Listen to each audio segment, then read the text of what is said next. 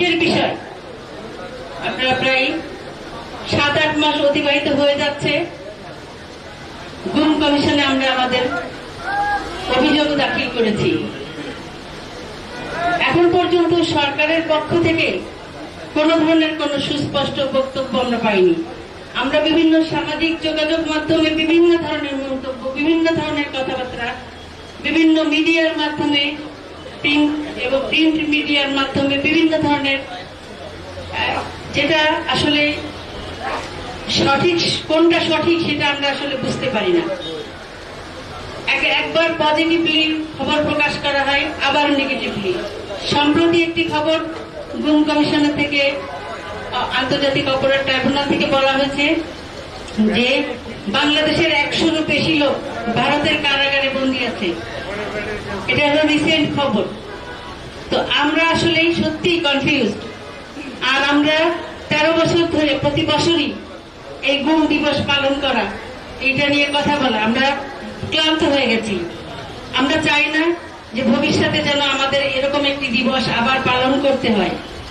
আমরা বর্তমান সরকারের কাছে সুস্পষ্টভাবে জানতে চাই যে আপনারা আপনাদের গুম কমিশন, আন্তর্জাতিক ট্রাইব্যুনাল যেটাই গঠন করে থাকেন না কেন, গুমের বিষয়ে আপনারা কি করেছেন সেটা স্পষ্ট করুন।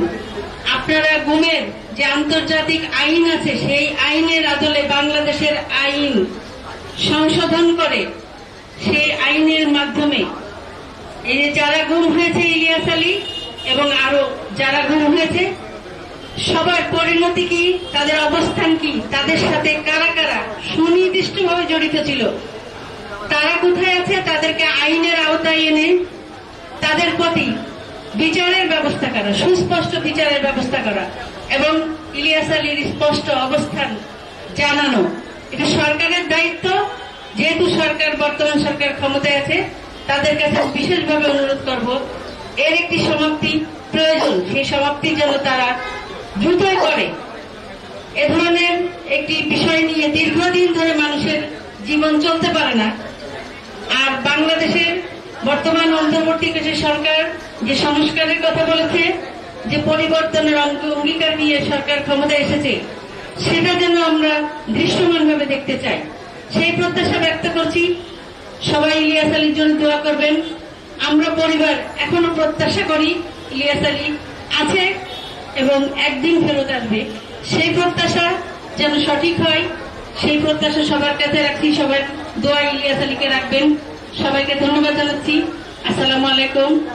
বেগম খালেদা জিয়ার সুস্থতা কামনা করছি। তারেক রহমান জিন্দাবাদ। ধন্যবাদ সবাইকে। আসসালামু আলাইকুম।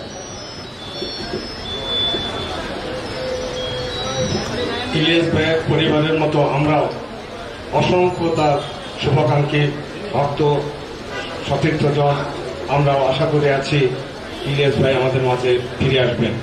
এ পর্যায়ে আলোচনা অংশগ্রহণ করার জন্য অনুরোধ করছে বিএনপির চেয়ারপারসনের উপদেষ্টা মণ্ডলীর সম্মানিত সদস্য, সাবেক এমপি জনাব আবুল খায়ের ভূঁইয়া। জনাব আবুল খায়ের ভূঁইয়া।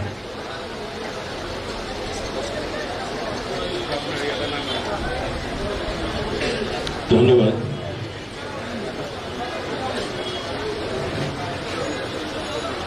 আমি ইলিয়াস আলীর সন্ধানে দোয়া মাঠের অনুষ্ঠানে আজকের এই অনুষ্ঠানের প্রধান অতিথি, এরশাদ বিরোধী আন্দোলনে যিনি বাংলাদেশের স্বৈরশাসনের বিরুদ্ধে রাজশাহী বিশ্ববিদ্যালয়ের সবুজ চত্বরে আন্দোলন সংগ্রাম করতে গিয়ে তিনি 303 রাইফেলে গুলিবিদ্ধ হয়ে আজকে দীর্ঘদিন পঙ্গুত্ব নিয়ে বিগত 18টি বছর স্বৈরাচার হাসিনার বিরুদ্ধে আন্দোলন সংগ্রামে এদেশের রাজপথের এক প্রথম সারির তিনি নেতৃত্ব দিয়েছেন। এই পঙ্গুত্ব অবস্থায় বারবার যাকে গ্রেপ্তার করে রিমান্ডের নামে নির্যাতন করা হয়েছে, বাংলাদেশ জাতীয়তাবাদী ছাত্র দলের নির্বাচিত সভাপতি, আজকের অনুষ্ঠানের প্রধান অতিথি জনাব রিজভী আহমেদ, আমার সহযোদ্ধা সহকর্মী, তিনি বাংলাদেশ জাতীয়তাবাদী ছাত্র দলের নির্বাচিত সাধারণ সম্পাদক ছিলেন এবং গুম হওয়ার সময় তিনি সিলেট বিভাগের সাংগঠনিক সম্পাদকের দায়িত্ব পালন করেছেন। সাবেক সংসদ সদস্য এম ইলিয়াস আলী এবং রিজভী আহমেদের কমিটি বাংলাদেশ জাতীয়তাবাদী ছাত্র দলের একটি নির্বাচিত কমিটি ছিল। সেই কমিটির মধ্য দিয়ে এম ইলিয়াস আলী বাংলাদেশ জাতীয়তাবাদী ছাত্র দলকে সুসংগঠিত করার তত্ত্ব নিয়ে যেদিন শপথ গ্রহণ করে সারা বাংলাদেশের ছাত্র দলকে সুসংগঠিত করেছেন এবং বিগত 1996 সালে হাসিনা ক্ষমতা আসার পর বারবার কারা নির্যাতনের শিকার হয়েছেন।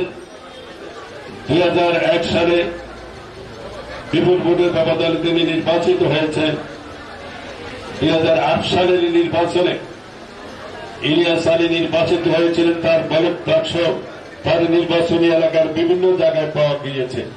বাক্স থেকে ব্যালট বাক্স ছিলমারা বাংলাদেশ জাতীয়তাবাদী দল ধানের শীষে বিভিন্ন জায়গায় খুঁজে পাওয়া গিয়েছে, কিন্তু সেটা আইনি কভার করে নেই বিধায় সেদিন আর আমরা সেটা মামলা করেও লাভ হয়নি। কিন্তু ইলিয়াস আলী থেমে থাকে নাই। হাসিনার বিরুদ্ধে সকল আন্দোলন সংগ্রামে মুখ্য ভূমিকা পালন করেছিলেন। আপনারা ছেলে ইলেকট্রনিক্স এবং প্রিন্ট মিডিয়া যারা আছেন, আপনারা সেদিন তারা লক্ষ্য করেছেন ইলিয়াসের নালির মধ্যে একটা দেশাত্মবোধ ছিল। প্রকৃত জাতীয়তাবাদী শক্তির একটি স্বেচ্ছা সৈনিক ছিলেন ইলিয়াস আলী। দেশের স্বাধীনতা, সার্বভৌমত্ব, গণতন্ত্রের স্বার্থে কখনো তিনি কোন আপোষ করেন নাই। অন্যায়ের বিরুদ্ধে সবসময় সোচ্চার ছিলেন, যার কারণে এই দেশের সার্বভৌমত্ব, এই দেশের স্বার্থের পরিপন্থী যে কোনো বিষয় সকল সময় সর্বদাই সজাগ ছিলেন। এর কারণে তাকে করুণ পরিণতির শিকার হইতে হয়েছে। আমি ইলিয়াস আলীর ওয়াইফের কথা ধারণ করে একটি কথা বলতে চাই। একটি স্বাধীন সার্বভৌম রাষ্ট্রে কিভাবে নাগরিককে অন্য দেশের কারাগারে নিয়ে যাওয়া হয়, এটা পৃথিবীর ইতিহাসে আছে, আমাদের জানা নাই। একটি স্বাধীন সার্বভৌম রাষ্ট্রে গণতান্ত্রিক আন্দোলনকে দমন করার জন্য কিভাবে বাইরের রাষ্ট্রে সামরিক শক্তিকে এদেশের সিভিল প্রশাসনের উপর আন্দোলনগামী, গণতান্ত্রিক আন্দোলনগামী জনগণের উপর পরিবর্তন করার জন্য হায়ার করা হয়, সেটা আমরা 5ই আগস্টে দেখেছি। যারা এই দেশ থেকে পালিয়ে যাচ্ছে বিমানে উঠে, উইদাউট ইমিগ্রেশনে অস্ত্র শস্ত্র নিয়ে যায় বিমানে উঠতেছে। এই সমস্ত অন্যায় অবিচারের বিরুদ্ধে ইলিয়াস আলী ছিল সোচ্চার, যার কারণে তার এই অবস্থা হয়েছে। আমরা সুস্পষ্টভাবে বলে দিতে চাই, এই যে 5ই আগস্ট, এটা কিন্তু জুলাই আগস্টের আন্দোলনের সফল না। দীর্ঘ আন্দোলনের পরিক্রমার একটি পর্যায়ে গিয়ে এটা সমাপ্তি হয়েছে। বাংলাদেশ জাতীয়তাবাদী দল তার নেতা কর্মী প্রায় 1,000 লোকের মতো সাদা বরণ করেছে। এরা তো কেউ বাসায় বসে গুলিবিদ্ধ হয়নি, হাজার হাজার নেতা কর্মী গুলিবিদ্ধ হয়েছে। আমার নির্বাচনী এলাকার 3 জন নিহত হয়েছে, 71 জনের মতো লোক গুলিবিদ্ধ অবস্থায় এখনো আছে। বিভিন্ন জায়গায় 3 জন এখনো চিকিৎসাধীন আছে। এরা তো কেউ ঘরে বসে গুলিবিদ্ধ হয়নি। এখন মূল বিষয় হচ্ছে বাংলাদেশ জাতীয়তাবাদী দল দেশনেত্রী বেগম খালেদা জিয়া জেল খেলেছে। এরা তো এমনি জেল খেলেন নাই। তারেক রহমান আজকে বিদেশে আছেন, আমাদের একটি চেয়ারপারসন। কিভাবে আছেন সেটা আপনারা ভালোভাবে জানেন। এই রিজভী আহমেদকে বারবার নির্যাতন শিকার হয়েছে। আমরা এখানে যারা আছি প্রত্যেকে দীর্ঘমেয়াদী, কম মেয়াদী এবং ছোট ছোট মামলার প্রত্যেকে আমরা শিকার হয়েছি। এরা তো আমরা কেউ ঘরে বসে হইনি। রাস্তায় ছিল, রাস্তায় নাম ছিল, রাস্তার থেকে অনেকে গ্রেপ্তার হয়েছেন। এই 5 আগস্ট থেকে 3 বার সমস্ত লোকজনকে একাত্র গ্রেপ্তার করা হয়েছে, সেটা আপনারা দেখেছেন। আন্দোলনের ফসলকেও যদি এককভাবে দায়িত্ব নিতে চায়, সেটা কোন অবস্থাতে বাংলার জনগণ মেনে নেবে না। এদেশের জনগণ আন্দোলন করছে একটি কারণ, সেটা হচ্ছে সরকারের পতন, অবাধ সুষ্ঠু নির্বাচনের মাধ্যমে জনগণের ক্ষমতা জনগণের প্রতিনিধিদের হাতে বুঝিয়ে দেওয়া। আমরা বলি না যে বিএনপিকে ক্ষমতা আসতে হবে। জনগণের ভোটার অধিকার প্রতিষ্ঠার জন্য আন্দোলন সংগ্রাম হয়েছে, জনগণের রক্ত দিয়েছে। এদেশের জনগণ স্বাধীনতা সংগ্রামে 92 সচ্ছল ছিল। এই ভোটারবিহীন সরকারের বিরুদ্ধে তারা রাতের ভোট দিনের ভোট রাতে এই অবস্থা সৃষ্টি করে বাংলাদেশের জনগণের ভোটের অধিকার হরণ করেছে। তাদেরকে ক্ষমতাচ্যুত করার জন্য এদেশের জনগণ আন্দোলন সংগ্রাম করে তাদের বুকের তাদের রক্ত দিয়ে এই স্বৈর শাসনের পতন ঘটিয়েছে। তাই আমাদের দাবি হচ্ছে একটাই, অবিলম্বে বাংলাদেশ জাতীয়তাবাদী দল যে রোডম্যাপ গঠন করেছেন, সংস্কার আমরা আমাদের নেতা তারেক রহমান ঘোষণা করেছে 31 দফা। ইতিমধ্যে আপনারা দেখেছেন বাংলাদেশে 62 দলের সাথে করে এই সংস্কারের কর্মসূচি হাতে নেওয়া হয়েছে। বাংলাদেশের প্রতিটি পাড়ায় মহল্লা, প্রতিটি গ্রামে গঞ্জে বাড়িতে আমরা এই সংস্কারের কর্মসূচি আমরা প্রত্যেকের ঘরে ঘরে পৌঁছিয়েছি। জনগণ সিদ্ধান্ত নেবে কি হবে না হবে। দ্রুত সময়ে নির্বাচন করার জন্য যেটা যতটুকু প্রয়োজন সেটা শেষ করে আপনাদের যে অর্পিত দায়িত্ব সেই দায়িত্ব পালন করে আপনারা জনগণের যে মূল দাবি ছিল সেই দাবির প্রতি একাত্মতা ঘোষণা করে আমাদেরকে এদেশের জনগণের প্রত্যাশা পূরণ করবেন এই আশা ব্যক্ত করে সকলকে ধন্যবাদ অভিনন্দন জানিয়ে আমি আমার বক্তব্য শেষ করছি।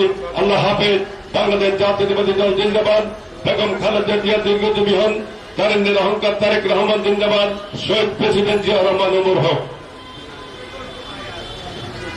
প্রধান অতিথির অনুমতিক্রমে এখন কথা বলছেন আজকে এই দোয়া মাহফিলের সম্মানিত সভাপতি, বিএনপি জাতীয় নির্বাহী কমিটির স্বেচ্ছাসেবক বিষয়ক সম্পাদক জনাব মীর শরফত আলী সবু ভাই।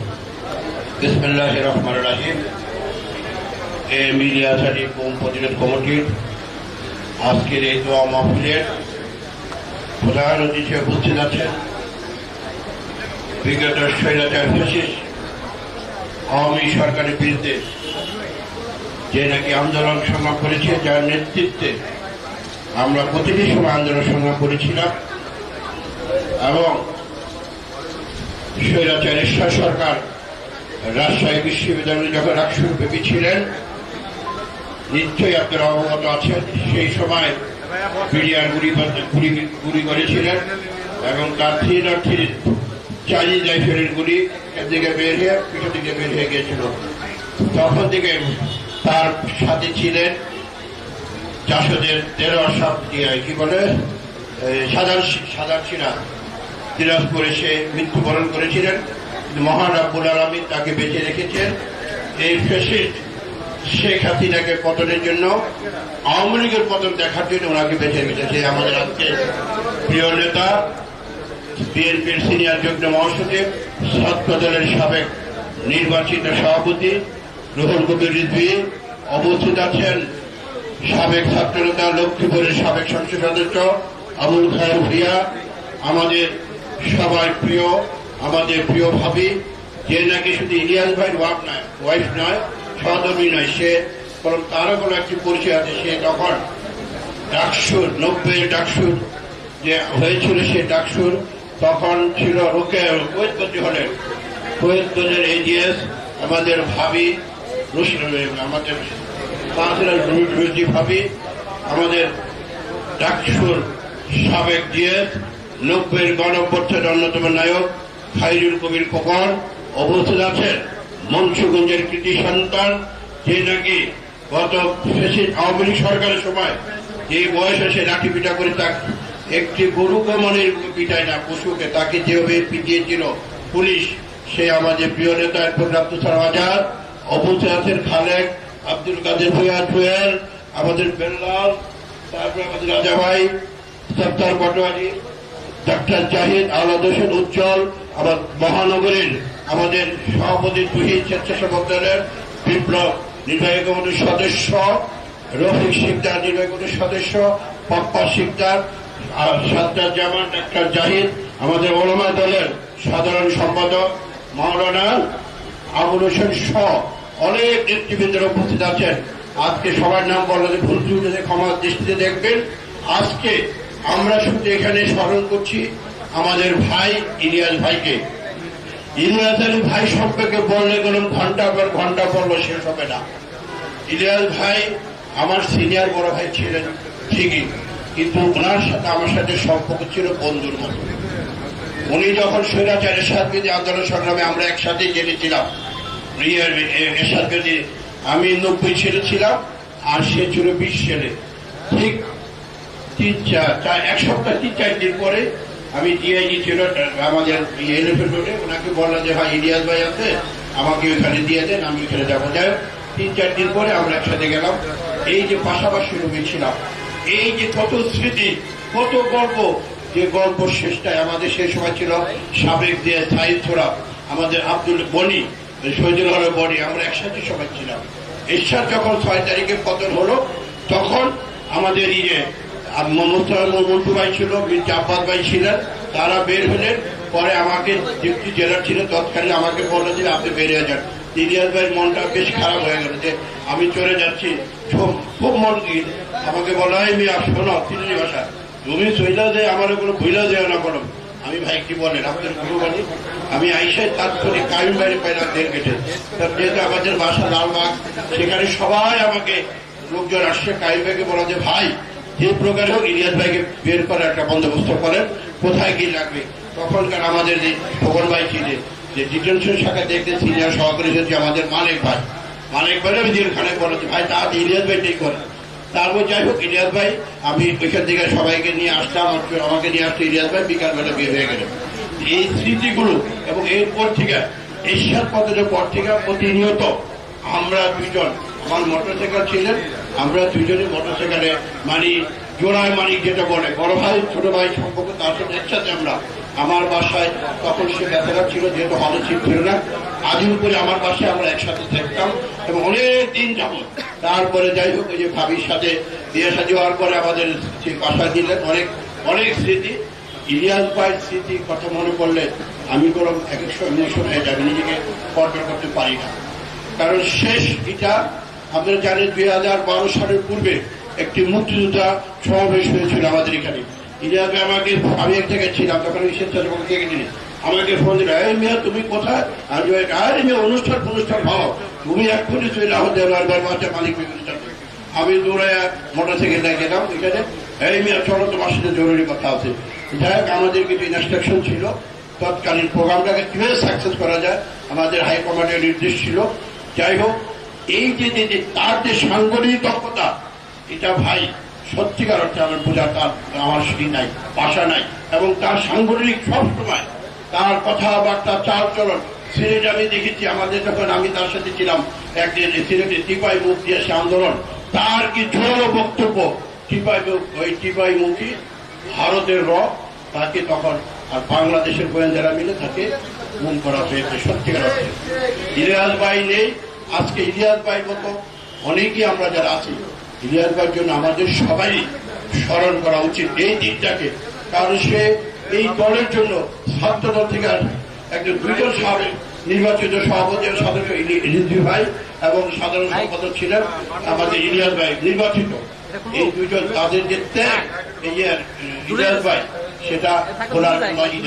তাই আজকে আমরা সবাই অনুরোধ করবো এই প্রজন্ম যারা আছেন সবার প্রতি, ইলিয়াস আলী কোনো ব্যক্তি সাংগঠনিক লোক ছিলেন এবং উনি একজন মেধাবী ছাত্রনেতা ছিলেন।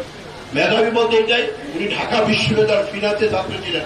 ঢাকা বিশ্ববিদ্যালয়ে যারা পড়েন এখানে যারা আছেন, বিশ্ববিদ্যালয়গুলো সাবজেক্ট কয়েকটা সাবজেক্টের মধ্যে অন্যতম ছাত্র ঢাকা বিশ্ববিদ্যালয় ফিনান্স সাবজেক্ট, সেই সাবজেক্ট একজন ছাত্র ছিলেন। এবং তৎকালীন স্বৈরাচার এরশাদ 11 জন ছাত্রকে বহিষ্কার করেছিলেন, তার মধ্যে ইলিয়াস ভাই ছিলেন অন্যতম। তারপরে সে কোনো আপোষ করেনি। ইলিয়াস ভাই যে ত্যাগ করেন, তাই আমরা এই 17 তারিখটা সবসময় ইলিয়াস ভাই যখন আসবে সবাই আমরা চেষ্টা করব ওনার প্রতি শ্রদ্ধা জানানোর জন্য। আমরা জানি না ইলিয়াস ভাই আজকে কোথায় আছেন।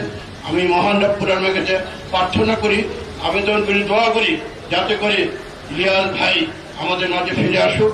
কারণ তার মা তারামন বিবি এখনো 90-এর উপরে বয়স, সে এখনো জানামতে বিছানায় ইলিয়াস ভাইয়ের জন্য সারাক্ষণ 5 ওয়াক্ত নামাজ পড়ে কান্না করছে সে কখন ফিরে আসবে। কারণ ইলিয়াস ভাই একজন সাংগঠনিক ছিলেন এবং হাসিনার আতঙ্ক ছিলেন যে শেখ হাসিনা ফেসি সংসদে জানিয়ে 90 সালে বলেছে যে ইলিয়াস, এই খালেদা জিয়ার ইলিয়াস আমার রক্ত চায়, ইলিয়াস আমার এই সেটা চায়, এই শেখ হাসিনা সংসদে তাকে জানিয়ে বলেছিলেন। তারপর ইলিয়াস ভাই কখনো মাথা নত করেনি। তাই আজকে আমরা এই আলোচনা সভায় আমাদের প্রধান অতিথি রিজভি ভাই আছেন, রিজিভার সাথে কথা বলে উনি বললেন একটা আমরা কিভাবে একটা সুন্দর একটা প্রোগ্রাম করা যায়। আমাদের সমস্ত সাবেক ছাত্রদেরকে সবাইকে দাওয়াত দিয়েছি যাতে আমরা এই দিনটা, বিশেষ করে ইলিয়াস ভাই এই দিনটা আমরা তাদেরকে যথাযথভাবে পালন করতে পারি। আপনারা ভালো থাকুন। আজকে যারা এখানে উপস্থিত হয়ে ইলিয়াস ভাই যে আজকে আমরা স্মরণ করছেন, সবাইকে বিশেষ করে আমাদের ভাইয়েরা এখানে যারা আছেন সমস্ত দলের বিএনপি সহ ছাত্রদল, যুবদল, স্বেচ্ছাসেবক দল, অন্যান্য অঙ্গদল, সহযোগীরা সবাই আসছেন এখানে, ওলামা দল এবং সাংবাদিক ভাইরা। আপনারাও যে ইলিয়াস ভাইয়ের গুমের খবর শুনে সবাই আজকে আনুষ্ঠানিকভাবে এখানে উপস্থিত হয়েছেন, সেই জন্য সবাইকে আমার অন্তর থেকে অভিনন্দন ও শুভেচ্ছা। আপনারা ভালো থাকুন। ধন্যবাদ। আসসালামু আলাইকুম। আমরা একেবারে শেষ পর্যায়ে এসেছি। ইলিয়াস ভাই যেদিন গুম হন, গভীর রাত্রে ভাবি প্রথম ফোন দেন হাবিব ভাইকে। ইলিয়াস ভাইয়ের কথা বলে হাবিব ভাই, রিজভি ভাইয়ের ফোন সেই দিনই হারিয়ে গেছে। হাবিব ভাই আমাকে ফোন দিলেন, আমি রিজভি ভাইয়ের বাসায় টিএমটিতে ফোন দিলাম রাত্রে, তখন রাত বাজে 2টা 2:30। রিজভি ভাই বললেন যে সর্বনাশ, তোমরা এখনই আমার এখানে চলে এসো। হাবিব ভাইয়ের গাড়িতে করে আমরা দুইজন যে রিজভি ভাইকে উঠিয়ে নিয়ে সর্বপ্রথম আমরা বাসায় যাই। গাড়ি লাইন ধরার র্যাব এবং আইন শৃঙ্খলা বাহিনীর গাড়ি, আমরা যে সারা রাত ওখানে থাকলাম। এখন সেই নেতা ইলিয়াস ভাই, রিজভি ইলিয়াস, ছাত্র দলের যে নির্বাচিত কমিটি, সেই কমিটি ইলিয়াস ভাইয়ের সাধারণ সম্পাদক এবং সভাপতি ছিলেন আমাদের রিজভি ভাই। এখন সেটি বক্তব্য রাখবেন আজকের আলোচনা সভার সম্মানিত প্রধান অতিথি, বিএনপির সিনিয়র যুগ্ম মহাসচিব, আন্দোলন সংগ্রামের আমাদের দিকপাল, আমাদের অনুপ্রেরণা যিনি সবসময় দিয়ে আসছে, সেই জনপ্রিয় জননেতা অ্যাডভোকেট রুহুল কবির রিজভি ভাই এখন বক্তব্য রাখছেন।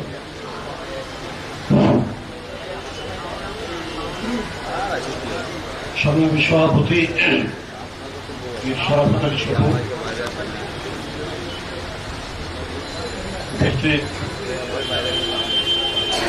বিএনপি চেয়ারপারসন উপদেষ্টা কাউন্সিলের সদস্য, সাবেক এমপি আবুল খায়ের ভূঁইয়া উপস্থিত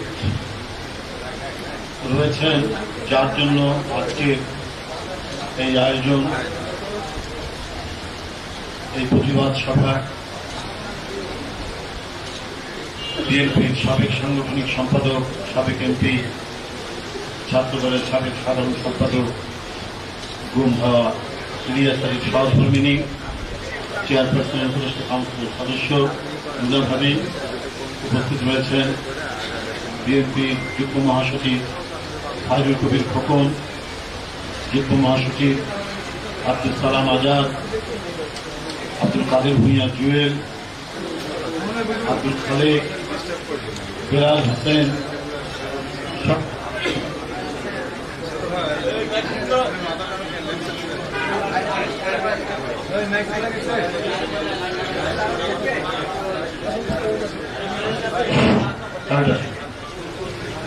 সবাইকে ধন্যবাদ জানাচ্ছি যে আপনারা সবাই মিলে ইলিয়াস আলীর জন্য এই সভার আয়োজন করছেন, তার গুম দিবস পালন করছেন। এটা অত্যন্ত বেদনাদায়ক আমাদের জন্য। আমরা প্রতিদিনের মতো হাসছি, আনন্দ করছি, আনন্দের দিনে অনেক কিছুই আমরা করছি, কিন্তু আমাদের অত্যন্ত ঘনিষ্ঠ জনরা যে আমাদের মধ্যে নেই, আমরা কয়দিনই বা তাদের কথা মনে করি, যারা এতই ঘনিষ্ঠ ছিল। আমাদের তো যখন ছাত্র রাজনীতিতে প্রবেশ করি, নাম লেখায়, তখন থেকে তো আমাদের ধ্যান জ্ঞান সব এই রাজনীতি।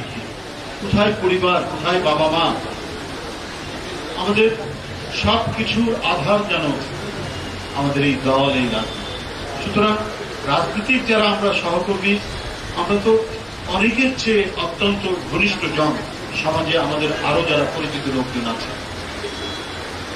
সেই হিসাবে ইলিয়াস আলীও অত্যন্ত ঘনিষ্ঠ জন। ছাত্র রাজনীতির সুবাদে আমাদের পরিচয়, তারপরে তখন বাংলাদেশের বৃহত্তম ছাত্র সংগঠন জাতীয়তাবাদী ছাত্র দল, যার নির্বাচিত সভাপতি সাধারণ সম্পাদক হয়েছিলাম আমি আগে। অনেক দিক থেকে কেন জানি তার সাথে অনেক বিষয়ের মিল হয়ে যায়। দুজনের মধ্যে বৈশিষ্ট্যগত কিছু পার্থক্য থাকলেও সে একটু সেন্টিমেন্টাল, অনেক সময় যেটা বলে খুব অ্যাগ্রেসিভলি বলে, সেই তুলনায় আমি একটু শান্তশিষ্ট স্বভাবের।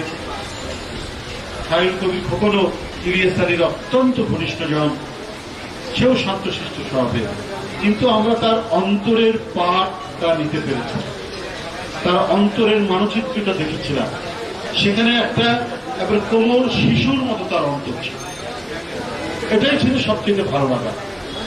তখন হয়তো জোরালো কথা বলতো, জোরালো প্রতিবাদ করতো, আমাদের সাথে অনেকে বলতো না ভাই এটা ঠিক হবে না, কিন্তু এই বলাটাই তার বাহ্যিক, এই বলাটাই শেষ কথা নয়। তার অন্তরের কথা ছিল অত্যন্ত নির্মল এবং অত্যন্ত শুদ্ধ। ও নাকে নাই বলতো, নায়ের পিছনে যে কোনো কারুকার্য থাকতে পারে, কলাকৌশল থাকতে পারে, এইটা সে বুঝত না। একেবারে সিরাতুল মুস্তাকিম, সরল সোজা পথে সে হাঁটত। এটাই ছিল তাকে ভালো লাগা, তার প্রতি মমত্ব সৃষ্টি হওয়ার একটা বড় বিষয়।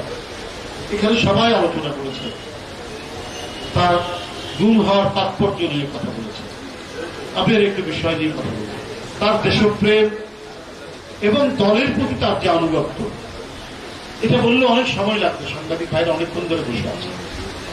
এক কথাই শুধু বলবো যে দলের নেতৃত্বের প্রতি তার যে আস্থা, অবিচল আস্থা, সেটা আমি আমাদের অনেকের মধ্যে সেটা দেখি। ম্যাডাম প্রধান নেত্রী তিনি কি চান সেই অনুযায়ী কাজ করতে। হরতালের দিন সিলেটে হরতালে কি হচ্ছে, কোথায় কি ঘটনা হচ্ছে, রিজু ভাই দেখেন ওখানে এই হয়েছে, এই ঘটনা হয়েছে, এই বিষয় হয়েছে, দ্রুত তার এলাকায় কিভাবে হরতাল সম্পাদন হচ্ছে সেটা জানানোর জন্য সে উদ্গ্রীব থাকে। এটাই হচ্ছে তার আন্তরিকতার এবং দলের প্রতি, দলের নেতৃত্বের প্রতি তার আস্থার একটা বড় ধরনের উদাহরণ। যে কাজ করলে নেত্রী খুশি হবে সেই কাজের জন্য সে ব্যাকুল হয়ে থাকে। এটি চারটিখানি কথা নয়, এটা ছিল তার গভীর ব্যাকুলতা। আমরা তখন টিপাই মুখ পান, ভারতীয় সরকার দেবে এই নিয়ে সারা দেশে একটা হইচই হচ্ছে, বুদ্ধিজীবীরা একটু সেমিনার সিম্পোজিয়াম করছেন, বিএনপি করছে, বিএনপি কর্মসূচি নিচ্ছে, কিন্তু টিপাই মুখটা হচ্ছে সিলেট সীমান্ত দিকেই প্রবাহিত যে নদীগুলো, সুরমা কুশিয়ারা, তার উজানের দিকে ভারত এই বাঁধ দিচ্ছে এবং সিলেটে কিছু একটা করতে হবে। প্রথমে সেখানে একটা লং মার্চ হলো, তারপর আরো কিছু করতে হবে, এটা নিয়েই তার ভাবনা ছিল। অনেকেই বলেন, আমারও বিশ্বাস, এই যে দেশপ্রেমের অংশ হিসেবে তার যে জাতীয়তাবাদী ভূমিকা, এই কারণেই আজকে আমাদের কাছ থেকে সে অদৃশ্য হয়ে গেছে। এটা মিথ্যা নয়, এটা অনেকখানি সত্য। এটা যারা সহ্য করতে পারেনি এবং যাদের প্রতিভূরা বাংলাদেশের তৎকালীন ক্ষমতায় ছিলেন, তাদের যৌথ প্রযোজনায় ইলিয়াস আলীকে আজকে আমাদের কাছ থেকে হারিয়ে দিচ্ছে। এখানে অধ্যাপক আমিনুল বলছিল যে রাত্রে আমাকে হাবিবুল ইসলাম সাতক্ষীরার এমপি প্রথম জানালো, আমি তো চমকে উঠি, রাত 11:30 12টার কাছাকাছি হবে। ওর গাড়িতে করে রওনা দিলাম ভাবিদের বাসায়, ইলিয়াস আলীর বাসায়। এই সারা রাত কখনো র্যাবের ডিজির সাথে, কখনো আইজির সাথে, তৌফিক খন্দকার কে যেন আইজি, প্রতিনিয়ত কথা বলছে, তো দেখছি দেখবো এই সমস্ত বলছে। কিন্তু আমরা তো জানি যে এটা তো আইন শৃঙ্খলা বাহিনীই করেছে। এরপরে যত ঘটনা, যত ধরনের আমরা এর সূত্র পাচ্ছি, যতটুকু খবরের কাগজে আসছে, সেটা তো গভর্নমেন্ট করেছে, সরাসরি সরকার করেছে তার এই সমস্ত ভূমিকার কারণে। এবং আরো কিছু কথা আছে যেটা আমি এখানে আর বলতে চাই না, না বলাটাই ভালো। আমার কেন জানি মনে হয়েছে সে যাতে না থাকতে পারে, অনেকেরই কোনো প্রচেষ্টা ছিল কিনা, সরকার ছিল, গোয়েন্দা সংস্থা ছিল, অনেকেই ছিল। আমার কাছে যাই হোক, সারা রাত ভাবির বাসায় আমরা আছি, ম্যাডাম বারবার খোঁজ দিচ্ছেন, কিন্তু আর কিছু মানে আমি আর বলতে চাই না। সবকিছু যেটা হচ্ছে, সবচেয়ে বড় কথা হচ্ছে যে এরপরে ২০ তারিখে খুঁজে বের করার জন্য যে আন্দোলন, দল সর্বোচ্চ সর্বাধিক প্রচেষ্টা চালাচ্ছে, সর্বাধিক প্রচেষ্টা চালিয়েছে।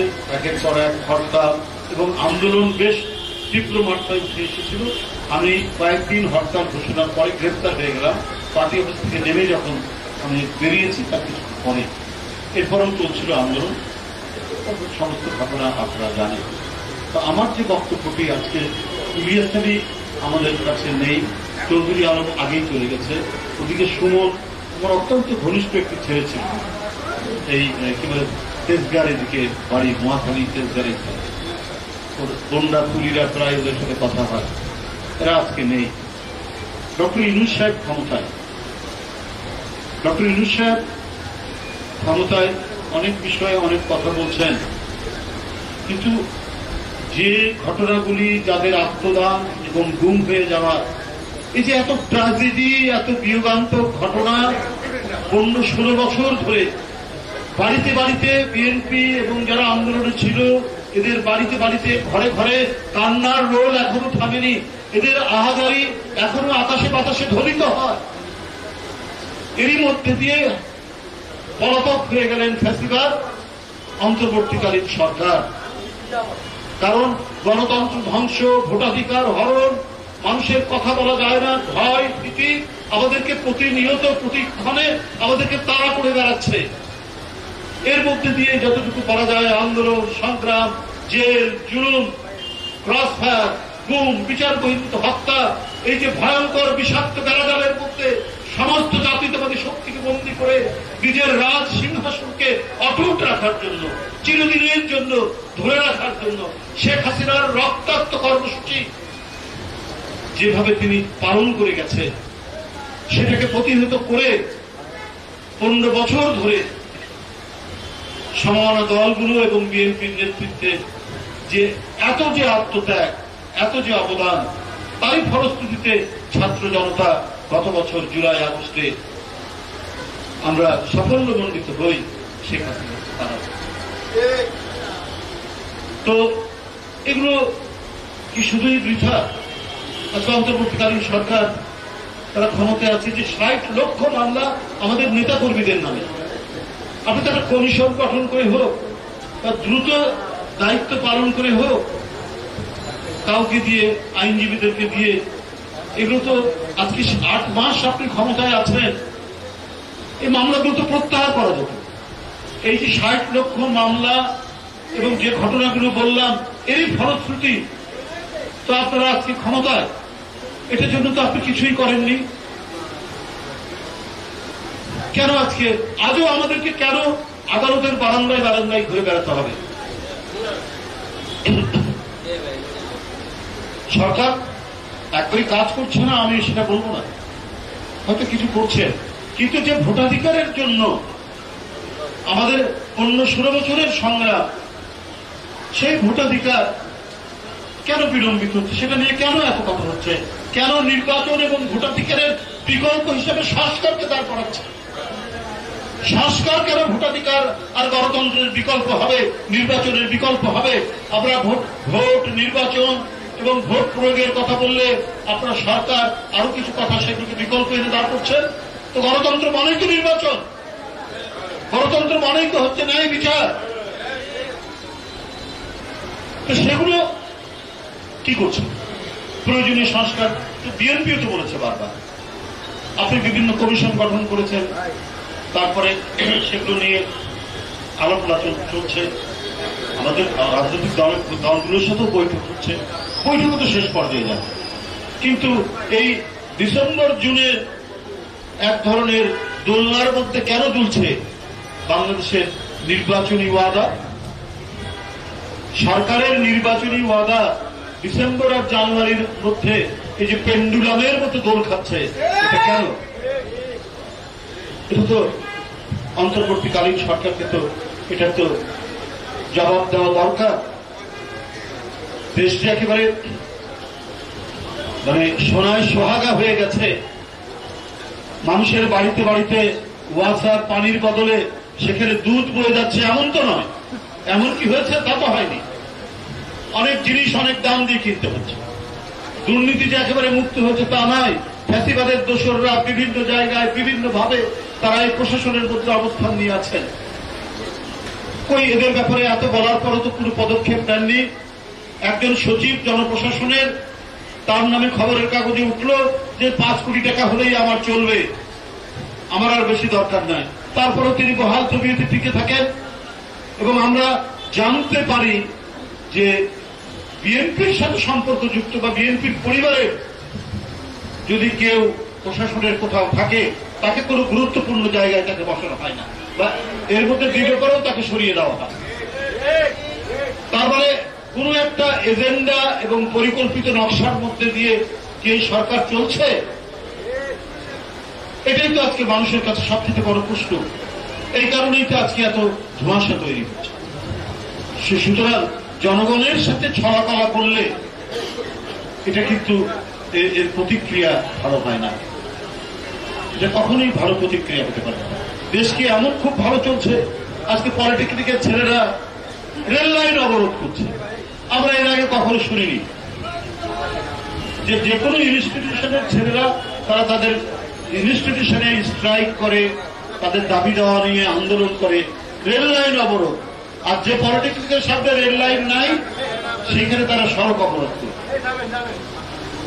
তাহলে একটা সরকার ফাংশনাল হলে তাদের কি দাবি, সেই দাবিগুলো নিয়ে কথাবার্তা বলে জনগণকে দুর্ভোগ পোহাতে হচ্ছে কেন?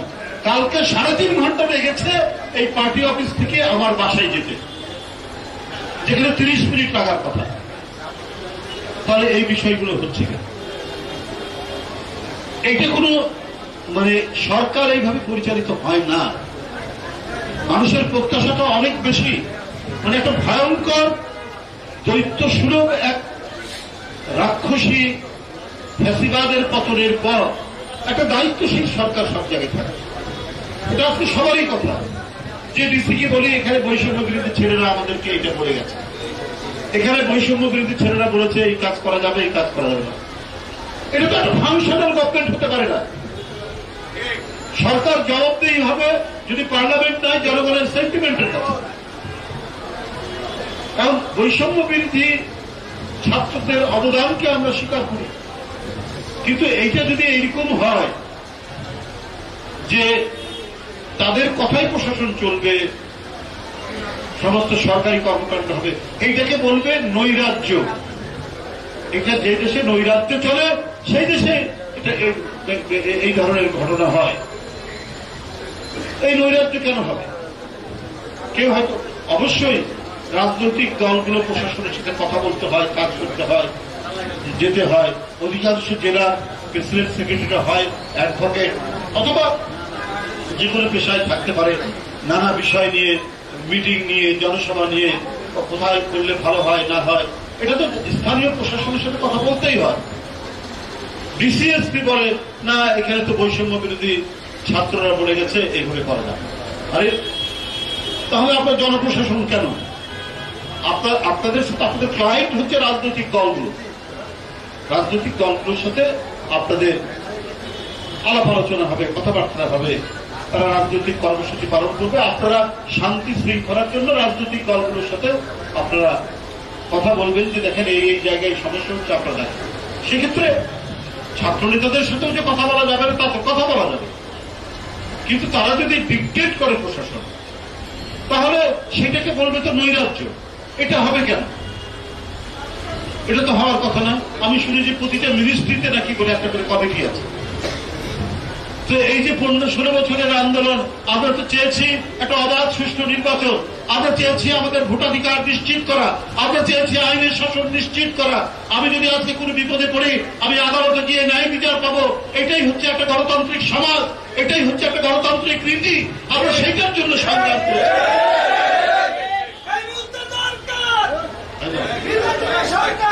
এই মিলা দিতে দাও দোয়া দিচ্ছে।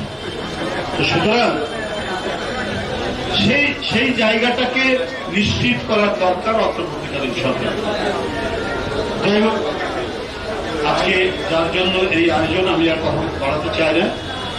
আমরা আল্লাহর কাছে কাই মনোবাক্যে এটাই প্রার্থনা করব, আল্লাহ তাআলা যেন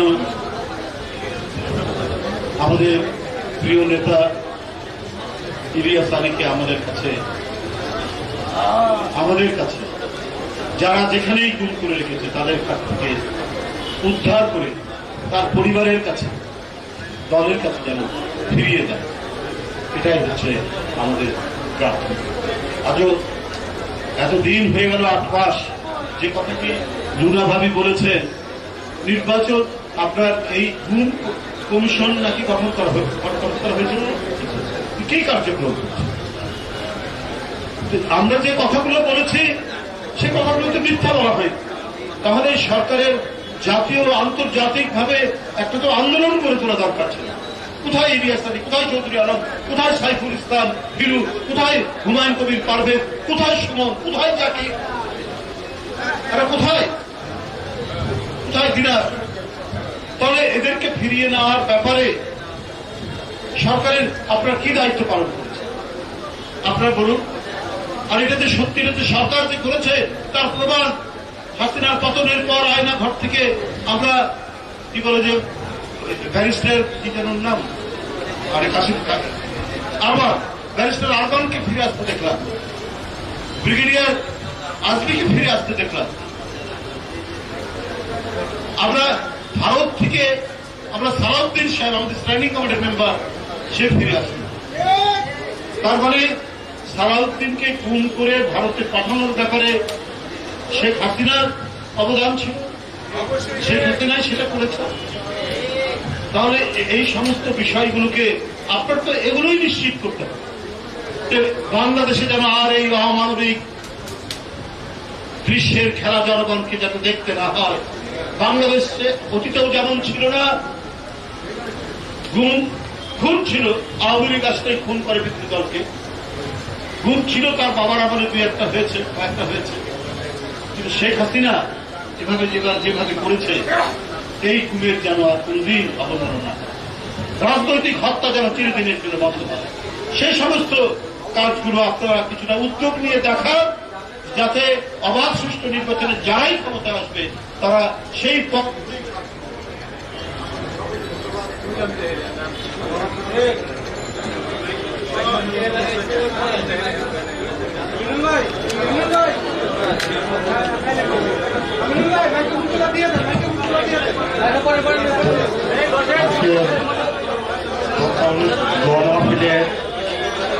পূর্বে আলোচনা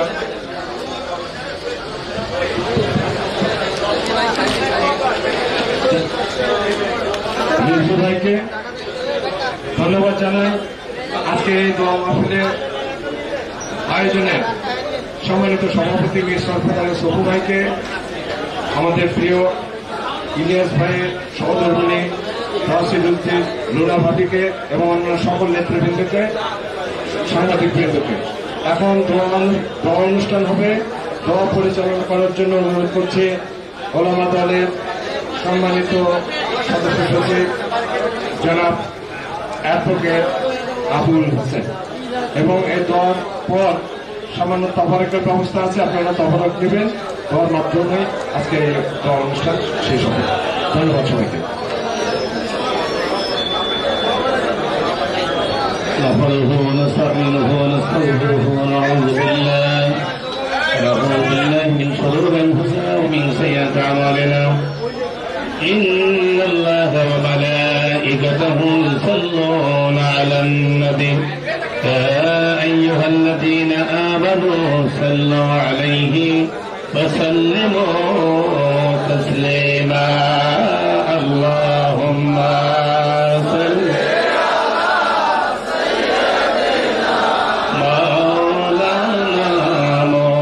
محمد وعلى آل سيدنا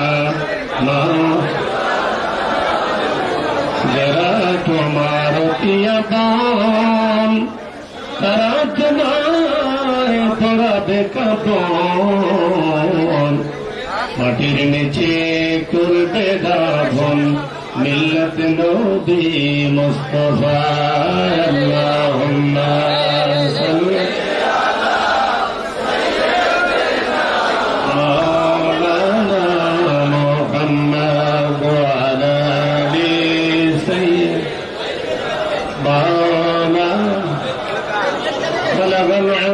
بكماله كشف الدجى بجماله حسنة جميع خصاله صلوا عليه नहीं दो जहां में मिसाल मोहम्मद जमाल खुदा है कमाल मोहम्मद बलगल उला بكماله كشف الدجى بجماله حسنة جميع خصاله صلى عليه وآله সম্মানিত উপস্থিতি আছেন আল্লাহর কাছে দোয়া করুন করে আল্লাহুম্মা আমিন ربنا ظلمنا أنفسنا وإن لم تغفر لنا وترحمنا لنكونن من الخاسرين ربنا آتنا في الدنيا حسنة وفي الآخرة حسنة وقنا عذاب النار اللهم اجعلني صبورا واجعلني شكورا واجعلني في عيني صغيرا واجعلني في أعين الناس كبيرا رب ارحمهما كما ربياني صغيرا رب العالمين মহিয়ান গরিয়ান সর্বশক্তিমান দয়ালু মেহেরবান খোদা আল্লাহ ইলিয়াসী গরম প্রতিরোধ কমিটি কর্তৃক আয়োজিত আজকের এই আলোচনা দোয়া মিলাম মাহফিলকে আপনি কবুল মঞ্জুর করে নিন রব্বুল আলামিন তোমার কাছে ফরিয়াদ জানাই আল্লাহ আজকের এই দিনে 2012 সালে আমাদের বিএনপির নেতা ইলিয়াস আলী ভাইকে স্বৈরশাসকের ষড়যন্ত্রের শিকার হয়ে গুম হতে হয়েছে আল্লাহ আদম আমাদের মাঝে আমাদের বাড়িতে আসে নাই আল্লাহ ইলিয়াস আলী ভাই কি অবস্থা আছে কোথায় আছে কেমন আছে জানি না তুমি মাহবুব ছাড়া তো আর তার কোনো উপায় নাই রব্বুল আলামিন তোমার কাছে ফরিয়াদ জানাই আমাদের ভাইকে পরিপূর্ণভাবে আমাদের মাঝে ফিরে আসার ব্যবস্থা করে দাও আল্লাহ প্রতি বছর বিভিন্ন আনন্দের সময় পরিবার পরিজন সকলকে নিয়ে আনন্দ উপভোগ করে ইলিয়াস আলী ভাইয়ের সন্তানেরা বৃদ্ধ মা স্ত্রী সন্তান হাহাকার করে কাঁদে আর তাকিয়ে আছে কখন তাদের বাবা তাদের মাঝে ফেরত আসবে আল্লাহ এভাবে অনেক পরিবার গুম হয়েছে খুন হয়েছে আল্লাহ এই পরিবারের কান্নাগুলো মাজলুমদের তো আল্লাহ তুমি কবুল মঞ্জুর করে নাও আল্লাহ এভাবে যেন কোনো মায়ের বউ কোনো বোনের বউ খালি না হয় কোন সন্তান যেন বাবাকে না হারায় সেই ব্যবস্থা তুমি করে দাও আল্লাহ বিগত দিনে গণতান্ত্রিক আন্দোলন করতে গিয়ে যারা আহত হয়েছে নিহত হয়েছে গুম খুন হয়েছে আল্লাহ তাদের সকলকে তুমি কবুল মঞ্জুর করে দাও আল্লাহ কাজ করে বিএনপির প্রতিষ্ঠাতা চেয়ারম্যান শহীদ রাষ্ট্রপতি জিয়াউর রহমানকে তুমি জান্নাতবাসী করে দাও তার কলিজার টুকরা আরাফাত রহমানকে তুমি জান্নাতবাসী করে দাও আল্লাহ গণতন্ত্রের মাতা দেশনেত্রী বেগম খালেদা জিয়াকে পরিপূর্ণ সুস্থ করে এদেশে এসে দেশ এবং জাতির খেদমত করার তৌফিক দান করে দাও রব্বুল আলামিন তোমার কাছে ফরিয়াদ জানাই বিএনপির ভারপ্রাপ্ত চেয়ারম্যান 8000 কিলোমিটার দূর থেকে দেশ এবং জাতির জন্য নিরলসভাবে কাজ করে যাচ্ছে আমাদের এলাকাকে অতি তাড়াতাড়ি দেশে এসে বাবার মতো মায়ের মতো যারা খেদমত করতে তারা শুধু সেই তৌফিক দান করে দাও আল্লাহ বিএনপির সমস্ত নেতা কর্মীকে এখানে বিরোধীদের মতো আল্লাহ তুমি কবুল মঞ্জুর করে নাও আল্লাহ গণতন্ত্র প্রতিষ্ঠার জন্য বিএনপিকে অগ্রণী ভূমিকা রাখার তৌফিক দান করে দাও سبحان ربك رب العزة عما يصفون وسلام على المرسلين والحمد لله رب العالمين যদি মৃত্যুর পরে বলে বলবো তার বলতে মধ্যে তোমার হাবিবের চেহারা দেখাইয়া আমাদের জবানে তুমি জারি করে দিও লা ইলাহা ইল্লাল্লাহ মুহাম্মাদুর রাসূলুল্লাহ সকলে বসে